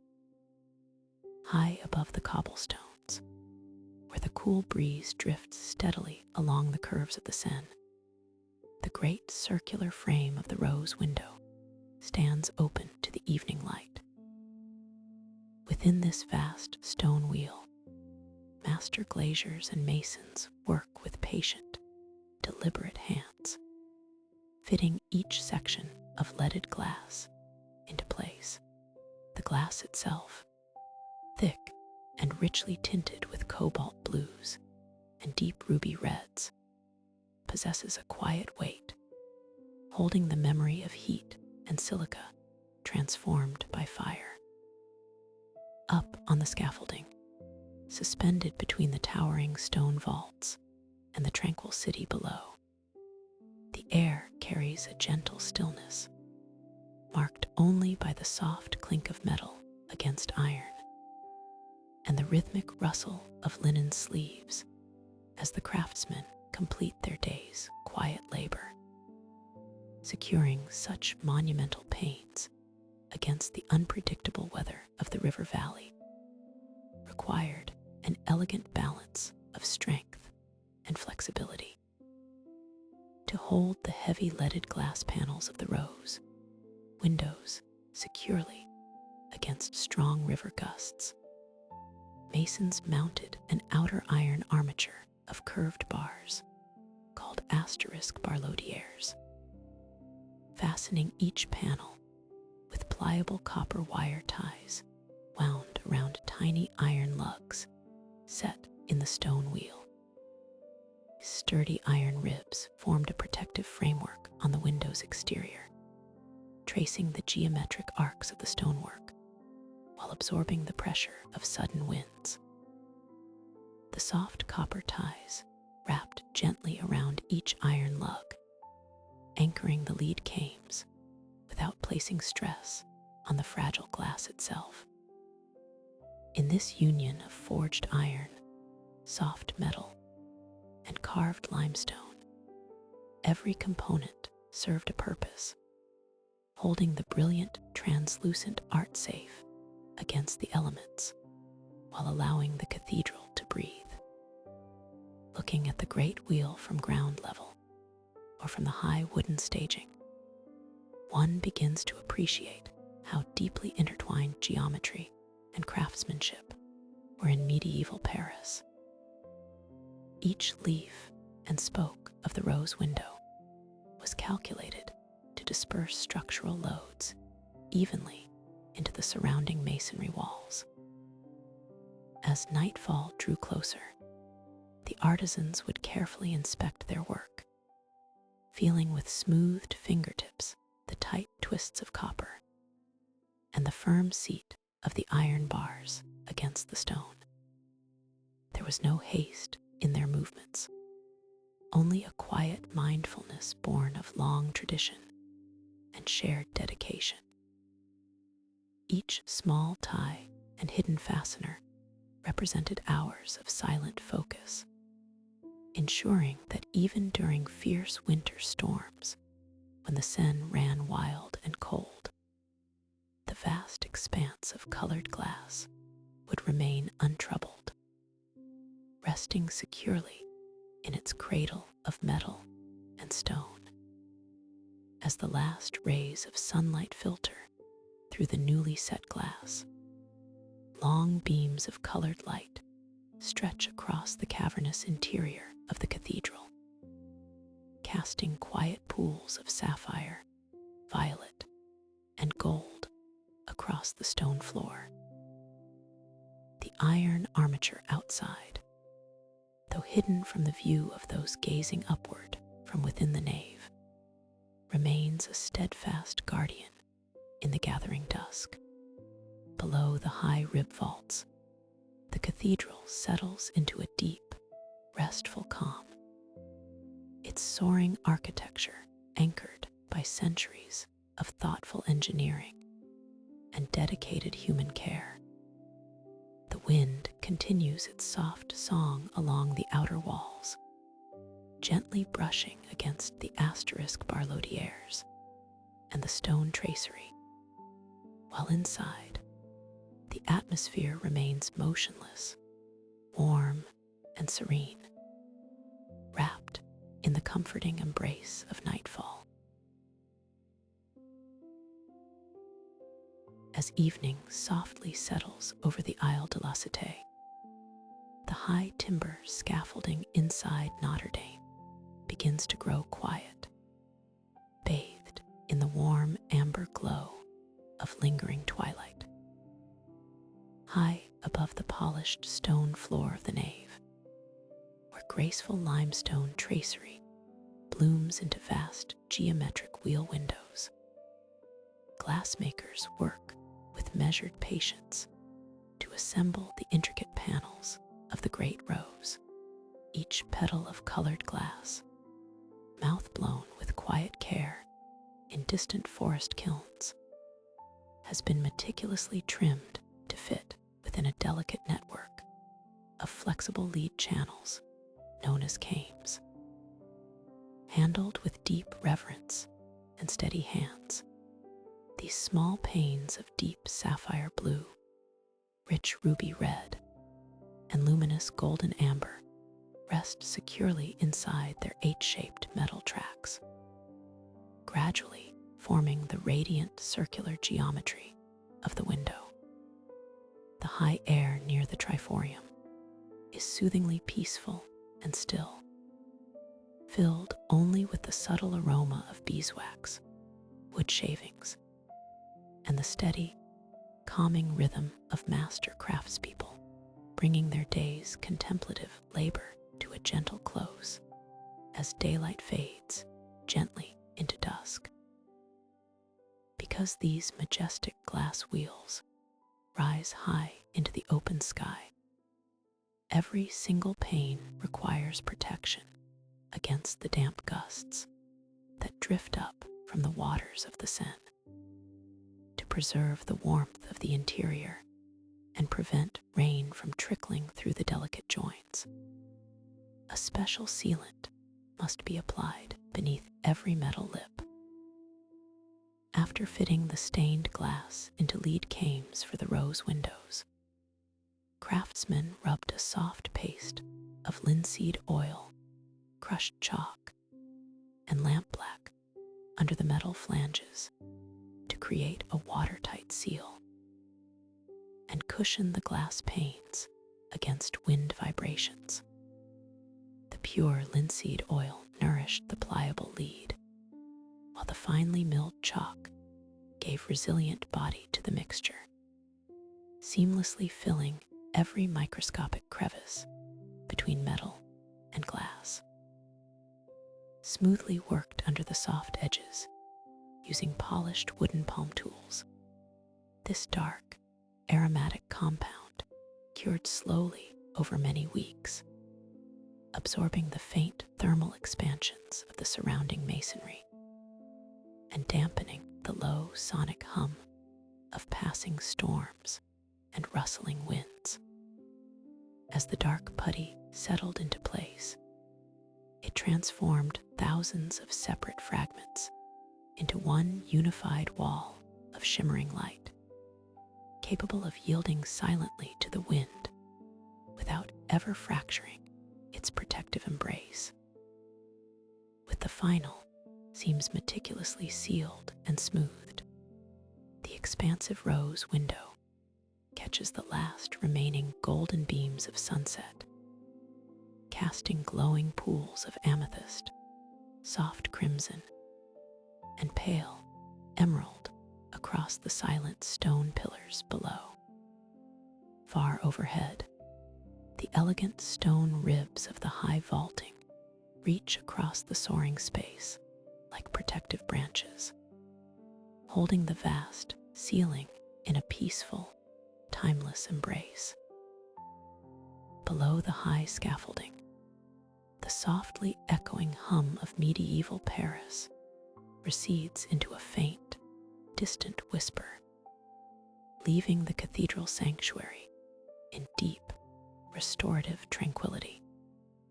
The harmonious union of carved stone, lead, glass, and natural oils now rests motionless within its ancient frame, perfectly prepared to welcome the coming dawn and filter countless centuries of morning light.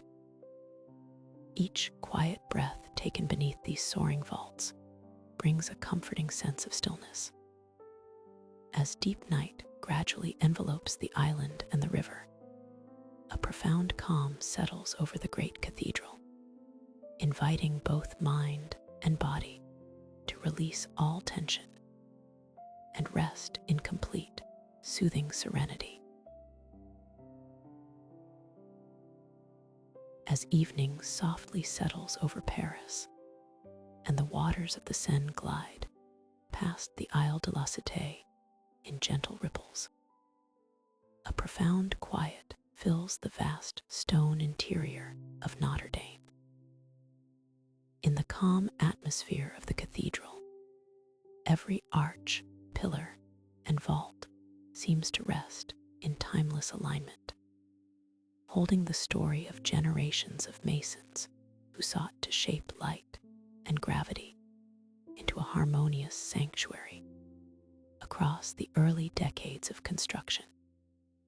Master builders continually refined their designs to better balance structural strength with internal warmth. In the cathedral's early years, the upper clerestory walls of the high nave were fitted with smaller circular oculi, which offered a restrained and shadowy illumination. Yet, as architectural confidence expanded throughout the Ile de France, the builders recognized an opportunity to invite a softer, broader brilliance into the lofty upper spaces. Around 1230, builders altered the nave clerestory by replacing small upper rows oculi with tall double-lancet windows, allowing low afternoon light to filter upward and gently illuminate the curved stone webs of the sexpartite vaults overhead. This thoughtful architectural transformation softened the heavy masonry overhead, washing the diagonal stone ribs in a calm, ambient glow that seemed to lift the vast ceiling into weightless serenity, creating a space where daylight and shadow could peacefully linger together. Further down the transept, this evolving conversation between masonry and light found its grandest expression in the great rose windows, massive circular armatures of carved limestone holding vibrant glass petals against the open sky. Over centuries of seasonal cycles, subtle shifts in the foundation, and the slow settling of the surrounding stonework gradually introduced quiet strains into the delicate framework of the south rose window. When 19th century caretakers surveyed the cathedral, they discovered that the wheel's structural integrity had subtly drifted from its original vertical axis under the steady pressure of structural load and weathering. When architect Eugene Viollet-le-Duc restored the damaged south rose window around 1853, he carefully rotated the entire 12-meter stone wheel by 15 degrees to realign its main load-bearing mullions with true vertical gravity. With patient precision and deep respect for the medieval craft, masons adjusted the vast stone rosette, ensuring that the downward forces once again passed cleanly through the main vertical shafts and into the solid masonry walls below, preserving its radiant geometric balance for centuries to come. In this gentle convergence of medieval ingenuity and 19th century stewardship, Notre-Dame achieves a serene, enduring stability. The tall double-lancet clerestory windows continue to gather the quiet twilight, directing rays of soft illumination across the high sexpartite vaulting, while the restored south rose stands perfectly poised against the descent of night. Every block of limestone, every carefully turned mullion, and every arched rib works in quiet cooperation, bearing weight without strain and welcoming light without harshness. The structural forces that once posed silent challenges to the masons now flow seamlessly through the stone, absorbed into the solid foundation below. As the last traces of daylight fade from the high windows, the great cathedral rests in complete equilibrium, wrapping the sanctuary in quiet security and inviting all beneath its soaring vaulting to share in its peaceful, timeless stillness. As the fading light of evening gently settles over the historical heart of Paris, the great cathedral enters a quiet, reverent stillness. High above the silent nave, where the soaring pointed arches meet in perfect geometric harmony, the final delicate touches of the medieval builder's masterwork rest peacefully upon the high canopy of stone. After setting the limestone vault webs, medieval painters coated the ceiling surfaces with a pale lime wash and traced fine red ochre lines across the masonry, creating seamless faux mortar joints that softened the raw stone under low candlelight. This delicate and intentional finish smoothed the rough texture of the overhead stone, allowing the warm amber glow of flickering tapers to reflect evenly across the vast ceiling. The subtle red lines united hundreds of individual hand-carved ashlar blocks into one continuous, floating ribbon of masonry, softening the massive visual weight above and filling the sanctuary with an atmosphere of weightless tranquility. Below this softly painted ceiling, the expansive interior of Notre-Dame opens into a calm haven of shadows and gentle, comforting warmth. The monumental rose windows, which filtered radiant streams of sapphire, ruby, and gold during the bright afternoon hours, now hold only the faint indigo twilight of the approaching night. Their intricate stonework tracery and delicate iron armatures cast soft, elongated patterns across the smooth stone floor of the nave. The air inside is completely still and cool, carrying the subtle, soothing scents of dried beeswax, fragrant incense, and aged limestone. Every stone block, pointed arch, and flying buttress rests in perfect physical balance, distributing the immense weight of the high timber roof effortlessly down to the foundation, standing as a silent, enduring testament to medieval engineering. Outside the thick cathedral walls, the gentle waters of the River Seine reflect the first faint stars of the night sky, flowing calmly past the shores of the Isle de la Cité. The bustling noise of the medieval city, the calls of merchants, the clatter of wooden carriage wheels, and the steady ring of blacksmith anvils has completely quieted down into the surrounding stillness. Inside the nave, centuries of patient, dedicated labor have culminated in this singular, peaceful presence.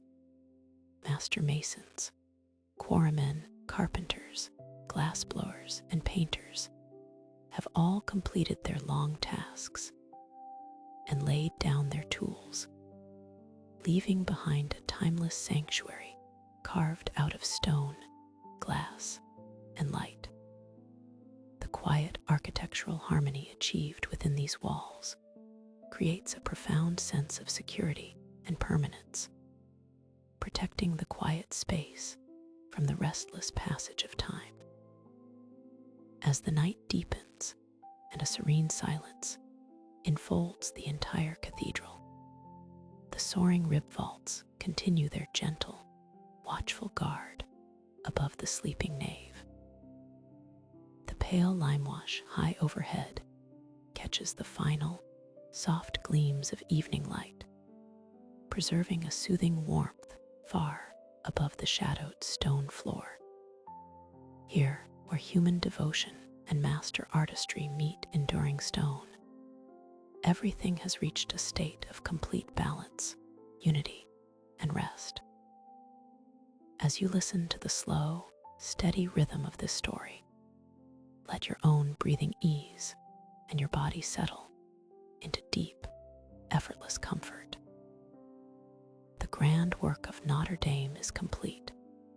The cathedral rests in silent grace, and you are free to drift into a peaceful, unbroken sleep.